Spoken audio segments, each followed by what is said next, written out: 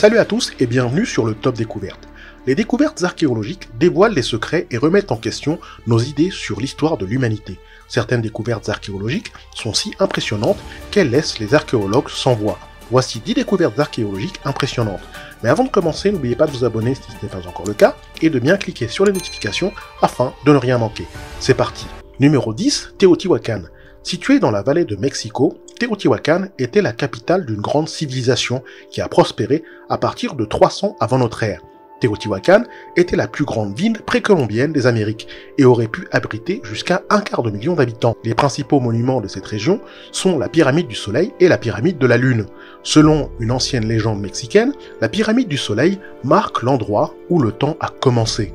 Traversant le site, la vallée des morts, nommée ainsi par les conquistadors espagnols qui pensaient que les bâtiments étaient des tombes et flanqués de temples à sommet plat dont le plus important est peut-être le temple du serpent à plumes, où, ces dernières années, de nombreux ossements humains ont été découverts. Certains scientifiques pensent que ces ossements sont les restes d'un sacrifice humain de masse dont le but était de consacrer le temple.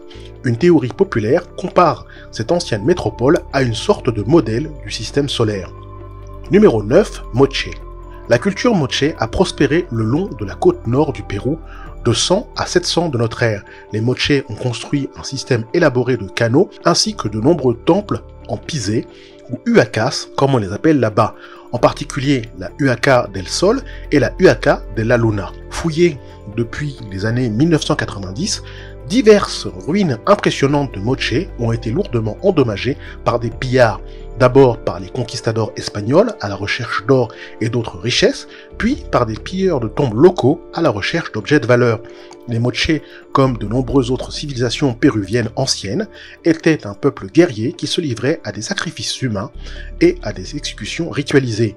Il est intéressant de noter que les Moche ont souffert de conditions météorologiques extrêmes vers 500 de notre ère, 30 ans de fortes pluies suivies de 30 ans de sécheresse. Numéro 8, la ziggourate d'Ur. La ziggourate d'Ur est le plus bel exemple d'architecture sumérienne, construit vers 2000 ans avant notre ère par les Sumériens près de la ville d'Ur dans ce qui est maintenant le sud-est de l'Irak. La ziggourate d'Ur a été reconstruite ces dernières années et semble étonnamment en bon état, en particulier par rapport aux ruines d'autres ziggourates qui ne sont guère plus que des tas de briques de pierre. Dédié à la Nana, le dieu Lune, ce temple a été reconstruit par de nombreux rois, dont le dernier Nabonide, le roi de Babylone, que les envahisseurs perses ont arraché au pouvoir en 539 avant notre ère. La ziggourate en général représentait le lien religieux des cultures mésopotamiennes de l'ancien Moyen-Orient, fournissant une plateforme, si l'on peut dire, à partir de laquelle un homme ou une femme pourrait interagir avec les dieux. Numéro 7, Caral. Caral est le site de ce qui pourrait être la plus ancienne ville du continent américain, construit il y a quelques 4700 ans dans ce qui est aujourd'hui la région de Norte Chico au Pérou, juste au nord de Lima, dans la vallée de Supe. Caral se classe sur la liste restreinte des régions avec l'Égypte et la Mésopotamie comme la première à développer ce que la plupart des gens appelleraient la civilisation. Le site est l'un des plus grands du Pérou. Il contient 6 pyramides, des places circulaires et une architecture monumentale massive. Le style architectural de Caral semble être le précurseur des civilisations andines ultérieures pour les 4000 prochaines années. De nombreux artefacts ont été trouvés sur le site, notamment des flûtes en os de pélican et de condor et des cornets en os de lama et de cerf. Numéro 6, l'Acropole d'Athènes. Peut-être la plus grande réalisation architecturale du légendaire âge d'or de Grèce, de la Grèce antique, l'Acropole d'Athènes est spectaculaire, même en ruine, et sa signification historique serait très difficile à qualifier. Comprenant 21 attractions archéologiques comme le Parthénon, les Propylées, le théâtre de Dionysos et bien d'autres. L'Acropole a été construite sous la direction de Périclès, un homme d'État grec, général et amoureux des arts. L'Acropole signifie en grec « ville haute », a connu une série de périodes de construction qui ont commencé au 7e et 6e siècle avant notre ère et a continué jusqu'à environ 400 avant notre ère. Numéro 5, Copan.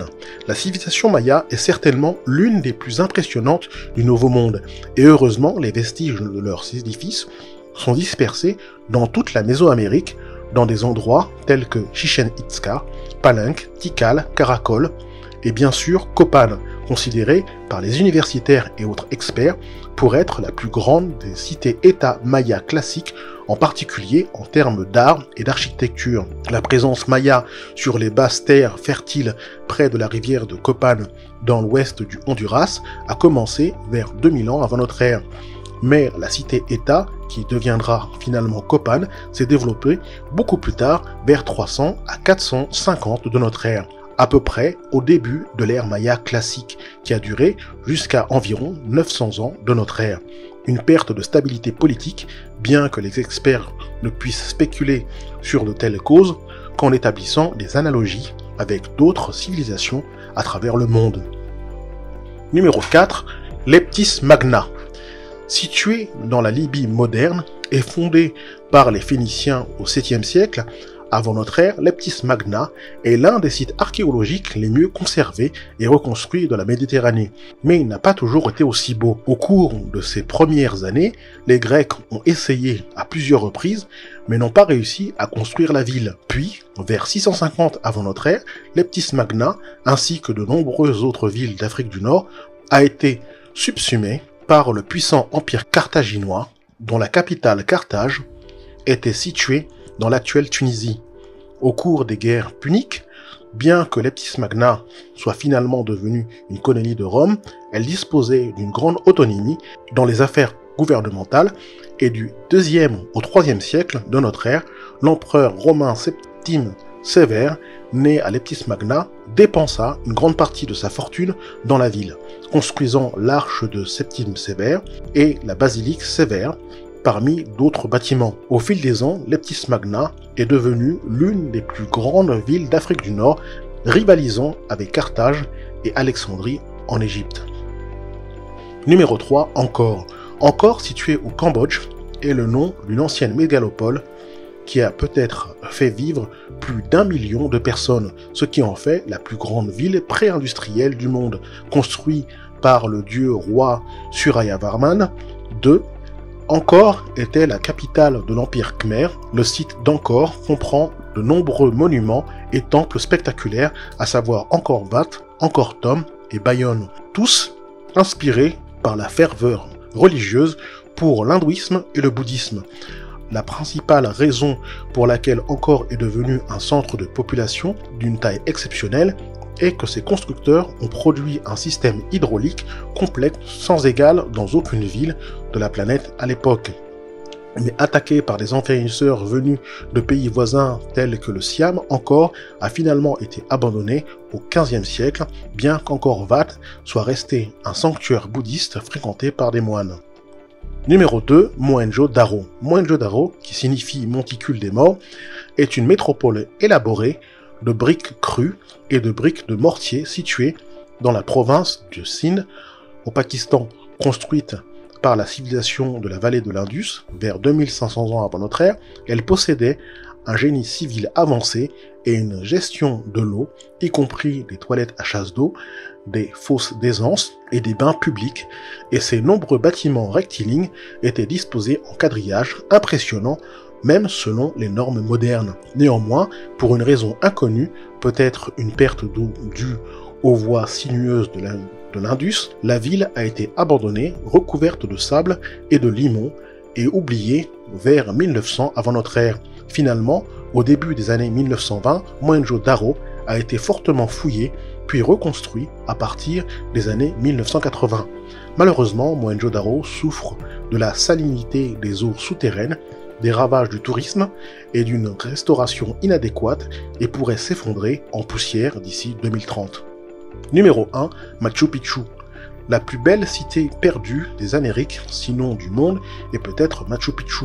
Construit comme un site astrologique et cérémoniel autonome par l'empereur Inca Pachacuti vers 1450, le Machu Picchu a en quelque sorte échappé à la conquête des envahisseurs conquistadors avant les années 1530. Même s'il avait entendu parler de son existence, l'inaccessibilité du site dans les hautes montagnes des Andes était presque certainement la raison pour laquelle il est resté caché pendant des siècles.